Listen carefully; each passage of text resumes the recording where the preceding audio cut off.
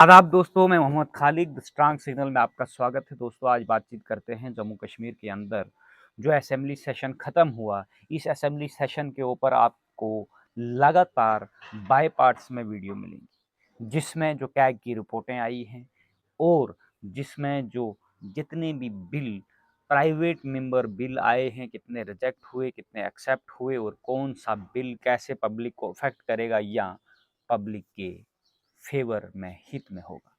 उसके बाद ये भी डिस्कशन करेंगे किस मेंबर ने क्या सवाल उठाए, किस चीज़ को इंश्योरेंस में। लेकिन वहीं पे बात करें कि हायर एजुकेशन एक ऐसा डिपार्टमेंट है, जिस डिपार्टमेंट की चर्चा बिल्कुल नहीं हुई। लेकिन ये मंत्रालय जो है, ये मंत्रालय मैडम सकीना इतू जी के पास है, जिसका विवाद वहीदुर रहमान परा साहब से हुआ। वहीदुर रहमान परा साहब ने जब बिल लाया और बिल में ये कहा कि डेली वेजरों को रेगुलाइज़ करने के लिए क्या है, जबकि आपने अपना बिल लाया लैंड ग्रांट्स। जब हमने लाया, हमने कहा कि 5 मरले वाले गरीब लोगों की लैंड को रेगुलाइज़ किया जाए, जिनके रिहायशी मकान बठिंडी सुजमा में है। लेकिन वहीं पे ये भी कहा कि आपने जो बिल लाया वो नीडोज़ और नज़ूल्स की लैंड की, जिनके लैंड के एग्रीमेंट ख़त्म होने जा रहे हैं, अपने रिश्तेदारों के लिए बिल लाया। उनकी ज़मीनों को रेगुलाइज़ करने के लिए बिल लेकर आई ये सरकार और उस बिल को फाड़ कर उमर अब्दुल्ला साहब की मुँह की तरफ फेंका और हाउस को छोड़कर चले गए। उसके बाद दूसरे दिन मैडम सकीना इत्तू घरजी और उन्होंने ये कहा कि ये मेरी एजुकेशन को लेकर क्या कहते हैं? अगर मैंने अब नहीं पढ़ा तो क्या हो गया?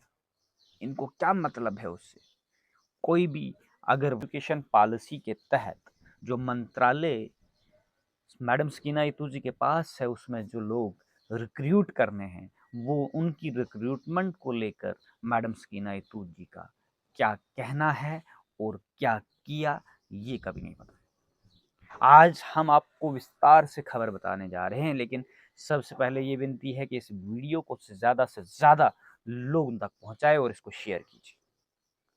ताकि उन तमाम जो व्यक्ति ये चाहते थे कि हम कॉन्ट्रैक्चुअल लग के जो 28,000 की सैलरी मिल रही थी, मैडम सकीना इत्तू जी के पास आपकी फ़ाइल पेंडिंग थी कि आपको अब 56 थाउज़ेंड रुपीज़ या 60,000 रुपीज़ या 50,000 रुपीज़ एज़ पर लद्दाख के क्राइटेरिया से मिलेगी, तो आप भी अपने बच्चों का पालन-पोषण करेंगे। मैं उन लोगों की बात कर रहा हूँ जो कॉन्ट्रैक्चुअल असिस्टेंट प्रोफ़ेसर और जम्मू कश्मीर में एकेडमिक अरेंजमेंट बेस पे लोग नौकरी साल के कॉन्ट्रैक्ट में लगते थे, उनसे एक एफिडेविट लीगली लिया जाता था कि आप इसके बाद रेगुलाइजेशन क्लेम नहीं करेंगे। समग्र शिक्षा का स्कैम चल रहा है, उसमें बात करेंगे। लेकिन ये वाला जो है, ये वाला स्कैम जो है, ये जो फेयर रिक्रूटमेंट नहीं हो रही है कॉन्ट्रैक्चुअल की हायर एजुकेशंस के अंदर, ये बहुत बड़ा प्रश्न है। इस प्रश्न का जवाब वही लोग दे सकेंगे कि उनकी कैसे सिलेक्शंस हो रही हैं और जो लोग बाहर हो रहे हैं वही दे सकते हैं। ज़्यादा से ज़्यादा इस वीडियो को शेयर करें।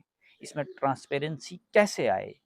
ये ट्रांसपेरेंसी लाने के लिए कौन-सा तरीका अपनाया जाए? इसके लिए माननीय मंत्री जी को सोचना पड़ेगा कि उनकी एजुकेशन क्या है, हम ये नहीं बताएँगे। क्योंकि अगर किसी भी महकमे के अंदर आप चले जाएँ, वहाँ कोई लेडीज़ रिस्पॉन्सिबल चेयर पे बैठी होगी, तो उसको अगर आप क्रिटिसाइज़ करेंगे और उसका सबसे पहला प्रश्न आपकी तरफ ये होगा कि आपको पता है मैं एक लेडीज़ हूँ, एक लेडीज़ से आप बात कर रहे हैं, आपको तमीज़ में रहकर बात करनी चाहिए। लेकिन हमारा कहना है, हमारे पॉइंट ऑफ व्यू ये है कि जो भी लेडीज़ जिस भी चेयर पे बैठी है, वो उस चेयर की रिस्पॉन्सिबल ऑफिसर है और जब भी कोई व्यक्ति उससे बात करेगा या उसको क्रिटिसाइज़ करेगा, वो बीइंग अ रिस्पॉन्सिबल ऑफिसर और being a officer, being a public servant उसको क्रिटिसाइज़ करेगा, not a being a lady या बीइंग उसकी एजुकेशन क्या है। अगर उसकी एजुकेशन कुछ भी है, वो कॉम्पिटेंट होनी चाहिए वो काम करने के लिए। लेकिन जहाँ पे हमें ये दिख रहा है, यहाँ पे हमें एजुकेशन सिस्टम टोटली डार्कनेस में धकेला जा रहा है जम्मू कश्मीर का। जम्मू कश्मीर के हर एक कॉलेज के अंदर जो हालात हैं, वो हालात बहुत ख़राब हैं। परमानेंट रिक्रूटमेंट तो हो नहीं रही है। जितने कॉलेजों के अंदर पोस्टें खाली पड़ी हैं, कोई भी नई पोस्ट जॉब क्रिएशन जो है, पोस्ट की क्रिएशन करनी है, नेशनल एजुकेशन पॉलिसी के अंदर जो सब्जेक्ट इंट्रोड्यूस हुए, ये क्रेडिट का मुद्दा लाकर वो जॉब क्रिएशंस हो नहीं रही है, ना कोई प्लानिंग डिपार्टमेंट, ना कोई फाइनेंस डिपार्टमेंट को इन्वॉल्व किया गया बजट सेशन में। क्योंकि और जितने नए कॉलेज हैं, उन कॉलेजों के अंदर सब्जेक्ट की इंट्रोडक्शंस कैसे होती है? उन कॉलेजों के वो सब्जेक्ट इंट्रोड्यूस क्यों नहीं है?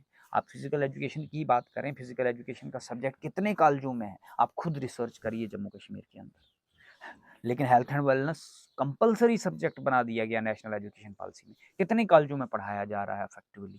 आप ये रिसर्च खुद ही करें। फिर आप कह रहे हैं कि हम ड्रग्स को रोकेंगे, और जब ड्रग्स पे बात करने को आ रहे हैं, वहाँ पे भी स्कीना आयतू जी डिफेंड कर रही है, क्योंकि हेल्थ एंड मेडिकल भी उन्हीं के पास है, और वो कह रही हैं कि कहीं पे भी कोई भी कोई भी मेडिकल स्टोर वाला ये ड्रग्स नहीं बेचता, तो ड्रग्स आ कहाँ से रही?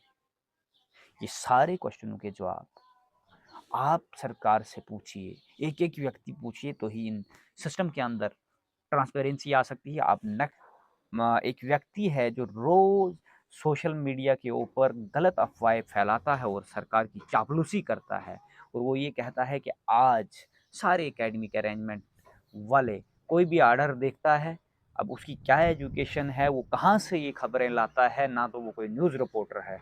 वो कहाँ से ये चीज़ें ला के लोगों को बताता कि आज सारे रहबरे खेल, सीपी वर्कर्स, समग्र शिक्षा, हर एक व्यक्ति रेगुलाइज होने जा रहा है, और वहीं पे वो ये भी कह देता है, ये क्लेम भी बड़े दावे के साथ करता है कि आप जम्मू कश्मीर में सारे एकेडमिक अरेंजमेंट रेगुलाइज होने जा रहे हैं। वहीं पे जब हमने एकेडमिक अरेंजमेंट के असिस्टेंट प्रोफेसरों से बात की, और आज जो 25 और 26 सेशन का ऑर्डर देखा कि जो कॉलेज के अंदर लेक्चरर लगाए जाते थे, जो कॉलेज के अंदर गेस्ट फैकल्टीज लगाई जाती थी, जो कॉलेज के अंदर assistant professor contractual academic arrangement के बेस पर लगाए जाते थे, उनको एक क्रेडिट का भूत डाल के उनकी नौकरियां छीन ली गई।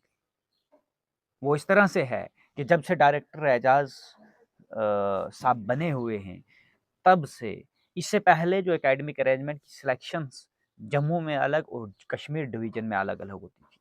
इसका पोर्टल अलग अलग से था, इसका नोडल ऑफिसर अलग अलग से, और उस वक़्त जो एकेडमिक अरेंजमेंट पे सिलेक्शंस होती थी, वो सिलेक्शंस फेयर वे से होती थी और फेयर तरीके से होती थी। वो फेयर तरीके से इसलिए होती थी क्योंकि काउंसलिंग फिज़िकली होती थी, हर एक व्यक्ति जाता था, उसको जो कॉलेज चॉइस में मिलता था वो लेता था। ये मैं उन पीएचडीज़, रिसर्च स्कॉलरों की बात कर रहा हूँ जो मास्टर्स करके, पीएचडी करके, नेट सेट करके उसके बाद 10-10 साल हो गए ये लीगल एफिडेविट देते हुए, और उसके बाद वो अपनी नौकरी कर रहे हैं। अब अगर कोई ये बोलेगा कि जो सुप्रीम कोर्ट की गाइडलाइंस आई थी कि रेगुलाइजेशन करो, जो एकेडमिक अरेंजमेंट के बेस पे लगे हुए हैं, क्या ये वो 10 साल उनके भी काउंट होंगे, वो भी रेगुलाइज होंगे? तो सब जवाब नहीं है। लेकिन वहीं पे एक व्यक्ति रोज़ बोलता है एकेडमिक अरेंजमेंट, नॉलेज ज़ीरो, बोलना बहुत कुछ। ये वो लोग थे जिन लोगों ने 2003 से या 2010 से पहले एकेडमिक अरेंजमेंट के थ्रू फिक्स टाइम पीरियड होता था 7 साल का, वो लोग जो एकेडमिक अरेंजमेंट 5 साल के लिए लगाए जाते थे, जिनसे ये एफिडेविट नहीं लिया जाता था, और उन लोगों ने कोर्ट में स्टे लेके वो कंटिन्यूटी में अपनी जॉब कर रहे थे। जिन्होंने छोड़ दी है, उनको भी नहीं मिलेगा, और उनका डेटा खंगाल कर उनको सुप्रीम कोर्ट ने जो गाइडलाइन दी है, उन लोगों को रेगुलाइज करना पड़ेगा। लेकिन जो रोज़ डेली बेसिस पे लगते हैं, उनके लिए सुप्रीम कोर्ट ने कहा कि ये बेनिफिट एक्सटेंड होगा, लेकिन उनके लिए उनको कंटेस्ट करना पड़ेगा। अब क्या सरकार उनको बिना कंटेस्ट किए लगाएगी, या अपने एसआरओज या जो अपना जो एक्ट है 2010 का उसमें अमेंडमेंट करेगी? ये अगर कोई मंत्री आपका पढ़ा लिखा मंत्री होता, तो वो देखता कि जो रेगुलाइजेशन एक्ट 2010 का है, वो हमारा अनकॉन्स्टिट्यूशनल करार दे दिया है सुप्रीम कोर्ट ने। अब हमने अगर एसआरओज में अमेंडमेंट करनी थी, लेकिन उस एसआरओज में अमेंडमेंट ये हुई कि जहाँ पे आप एकेडमिक सेशन के लिए लगते थे साल के लिए, मई टू मई लगते थे या अगस्त टू मई लगते थे, उसमें टाइम पीरियड पहले तो डिले किया जाता था 1-2 महीने लगाने में, काउंसलिंग में, और जब आप लगते थे तो 7 से 8 महीने लगते थे, उसके बाद जो आपको सैलरी मिलती थी वो 28,000 फिक्स थी, और जिसका नेट सेट नहीं होता, पीएचडी होती, उस व्यक्ति को 25,000 फिक्स थी।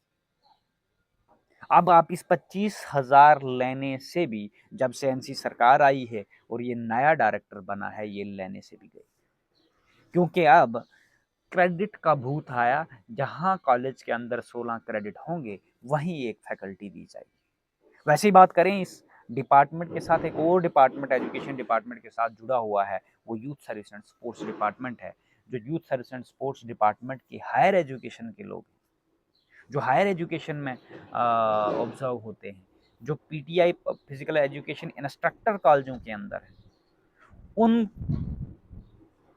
एक तो ये चीज़ है, और दूसरी है national education policy. National education policy के अंदर कुछ सब्जेक्ट इंट्रोड्यूस हुए। वो सब्जेक्ट इस तरह से हैं कि एक तो अंडरस्टैंडिंग इंडिया है, क्योंकि इस डिजिटल टेक्नोलॉजी के ज़माने में कंप्यूटर एप्लीकेशंस है, फिर आपका हेल्थ एंड वेलनेस है, और एनवायरनमेंट साइंस। ये चारों चीज़ें मैंडेटरी इसलिए की गई नेशनल एजुकेशन पॉलिसी के अंदर, क्योंकि आज का दौर जो है, ड्रग्स जो है वो पीक पे है। इस ड्रग्स के ऊपर असेंबली के अंदर डिस्कशन रखी गई, लेकिन वो डिस्कशन नहीं हुई, सोशल मीडिया पे डिस्कशन। अब इस ड्रग्स के लिए नेशनल एजुकेशन पॉलिसी में जो प्रावधान रखा था, वो हेल्थ एंड वेलनेस एक सब्जेक्ट था, जिसके अंदर आपको रिहैब कैसे करना है अगर कोई ड्रग एडिक्ट है, कि इसके प्रिवेंशंस क्या हैं, डिजीज़ों के प्रिवेंशंस क्या है, वो ड्रग से कैसे बचना है, डिप्रेशन, एंग्जाइटी, इन सारी चीज़ों का निष्कर्ष निकाला था कि ये school level elementary education 9th class से लेकर कॉलेज लेवल तक बच्चों को पढ़ाया जाएगा। लेकिन वहीं पे जब पहले भी हमने इस पे सवालात उठाए, तो वो सवालात ये थे कि ये हेल्थ एंड वेलनेस का सब्जेक्ट जो है, ये सब्जेक्ट पढ़ाने के लिए जम्मू कश्मीर के अंदर कहीं पे संस्कृत वाला पढ़ा रहा है, कहीं पे उर्दू वाला पढ़ा रहा है, जबकि उसने उसका ये ये एजुकेशन सिस्टम में हो क्या रहा है? पूरा एजुकेशन सिस्टम कोलैप्स हो चुका है।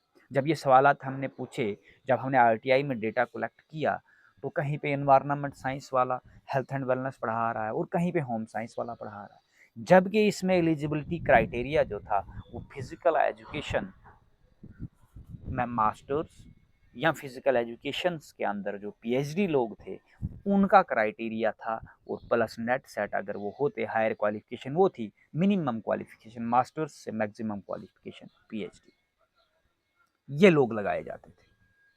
वहीं पे चंद लोग यहाँ पे कमिटीज के अंदर होते हैं। अब इसमें हुआ क्या, वो जो फिजिकल इंस्ट्रक्टर है कॉलेज के अंदर, वो फिजिकल इंस्ट्रक्टर का काम है जितने भी गेम्स एंड स्पोर्ट्स के इवेंट हैं या गेम्स हैं, उनको मॉनिटर करना, उनके कंपटीशंस देखना, उनके कैंप अरेंज करना, उन बच्चों को एकोमोडेट करना, उन बच्चों का जितना भी कुछ होगा, उनको कोच प्रोवाइड करना, उनके प्रॉपर कैंप मेंटेन करवाना, ये सब डायरेक्टर का काम होता है। लेकिन जम्मू कश्मीर के अंदर आप अगर स्पोर्ट्स डिपार्टमेंट को देखें, तो स्पोर्ट्स डिपार्टमेंट की वैसे ही बुरी हालत है। लेकिन हायर एजुकेशन में क्या है, हायर एजुकेशन में सिर्फ प्रोसीजरल फॉर्मेलिटीज़ होती है। वो प्रोसीजरल फॉर्मेलिटीज़ ना तो उनको कोई कॉलेज का प्रिंसिपल देखता है, क्योंकि इस चीज़ से उनका लेना देना क्या है। अब उसके बाद अगर बात करें कि अब ये जो एकेडमिक अरेंजमेंट के बेस पे लगाए जाते थे, इन लोगों को अब लगाने के बजाय इनका हटाने का काम किया। सबसे पहले ये जो health and wellness subject 2 credit का था, इसमें पहले गेस्ट फैकल्टी लगाया जाता था, फिर 1 साल में विवाद बना, जिसमें मेरा नंबर भी आया था। इसमें विवाद ये बना कि 2 क्रेडिट का कोर्स जो था, उसमें एकेडमिक अरेंजमेंट 7 बंदे लगाए गए। ये पिछले साल की बात है, जो एकेडमिक सेशन 23-24 का था, और उसके अंदर 7 व्यक्ति लगाए गए। 7 व्यक्ति लगाने के बाद, जबकि ऑर्डर में ऐसा कुछ नहीं था।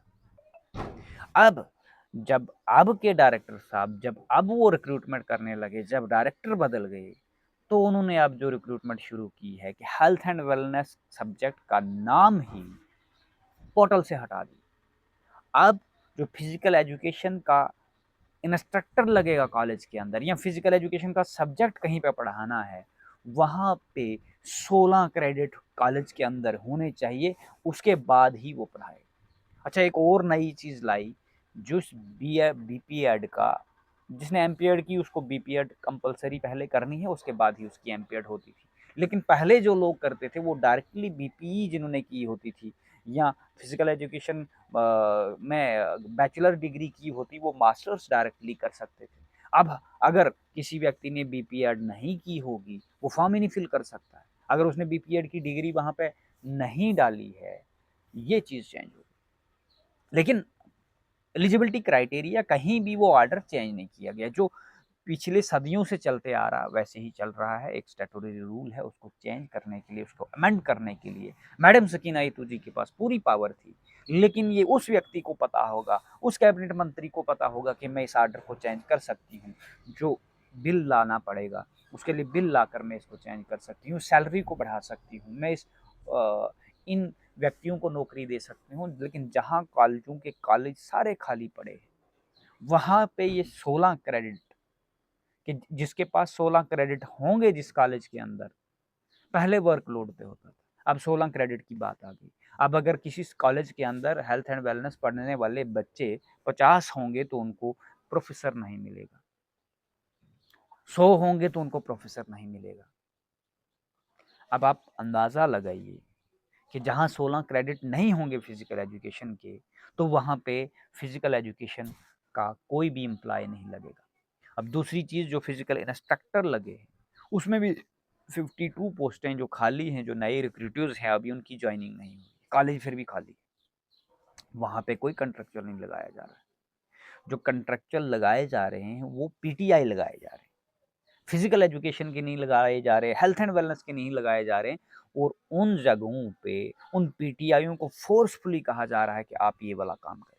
लेकिन वहीं सुनील डिम्पल जी रोज एनसी सरकार की, वो लोकल फंड वालों की रेगुलाइजेशन होगी, लोकल फंड वालों की सैलरी मिलेगी, लोकल फंड वालों का ये होगा, एकेडमिक अरेंजमेंट वालों रेगुलाइज हो रहे हैं, ऐसे ऐसी फेक इंफॉर्मेशन सोशल मीडिया पे फैला रहे हैं। जबकि वो बेचारे एम्प्लॉय रोज फोन करते हैं कि ऐसे प्रॉब्लम है, हमारी बात कोई नहीं कर रहा। अगर हम ये बात रखें भी आगे, तो national education policy Jammu Kashmir higher education के अंदर टोटली फेल हो चुकी है, टोटली फेल हो चुकी है, क्योंकि उसकी एजुकेशन मिनिस्टर को इसके बारे में नॉलेज ही नहीं है कि भाई नेशनल है ये एजुकेशन पॉलिसी नई वाली जो आई है वो है क्या चीज़। और डायरेक्टर अपनी मनमानी, कन्वीनियर अपनी मनमानी से, जैसे उनको अपनी मनमानी से जिस सब्जेक्ट को आगे देना है, और वो फिर उनकी जो रिक्रूटमेंट अपनी मनमानी से है, वो फ़ोन बेस है। आपने ऑनलाइन फॉर्म फिल किया, और फॉर्म फिल करने के बाद आपने जो पीएचडी की है, सालों साल काम किया है, उस साल में आपको बाहर कैसे निकाला जाएगा, वो तरीका बताते हैं। वो तरीका ये है कि अगर आपने एक फ़ोन कॉल का रिस्पॉन्स नहीं दिया, तो आपकी नौकरी चलेगी। जो काउंसलिंग होगी, काउंसलिंग में प्रावधान है, अगर आपने फर्स्ट राउंड काउंसलिंग में आपका नाम है, आपने उस कॉल का रिस्पॉन्स नहीं दिया, तो आप काउंसलिंग से बाहर होगे, दूसरे व्यक्ति को वो नौकरी मिल जाएगी, वो चाहे उससे एलिजिबिलिटी में कम हो। अब बात यहाँ पे आके रुकती है कि एक फ़ोन कॉल की वजह से आप दोबारा कॉन्ट्रैक्चुअल नहीं लग सकते, अगर पहले आप लगे हुए थे। और ये सिर्फ प्रावधान इसलिए रखा गया है कि अपने फेवरेट लोग जो हैं, उन लोगों को इन कैसे किया जाएगा, उनको कॉल भी नहीं की जाएगी, उनको डायरेक्टली कॉलेज दे दिया जाएगा। सिर्फ जो काउंसलिंग करने वाला प्रोफेसर है, उसको कहना है कि ये हमारे आदमी हैं, इनको आप इस कॉलेज में लगा दीजिए, और ये लोग हैं, इनको आपने सिर्फ मिस कॉल करनी है, और मिस कॉल करने के बाद रिस्पांस नहीं आया, इनका नाम वहाँ से काट दीजिए। और ये कंट्रेक्चुअल की जॉब में चल रहा है। उसके बाद अगर आप एजुकेशन